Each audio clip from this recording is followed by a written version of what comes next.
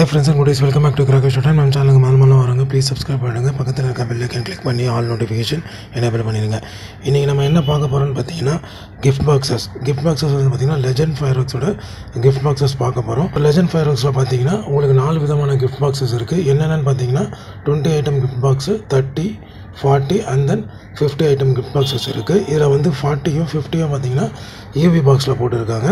So இந்த gift boxes எல்லாமே நீங்கள் வந்து புக் பண்ணி டெலிவரி எடுத்துக்கலாம். எல்லாமே ரெடி ஸ்டாக் அவைலபிள் இருக்குது.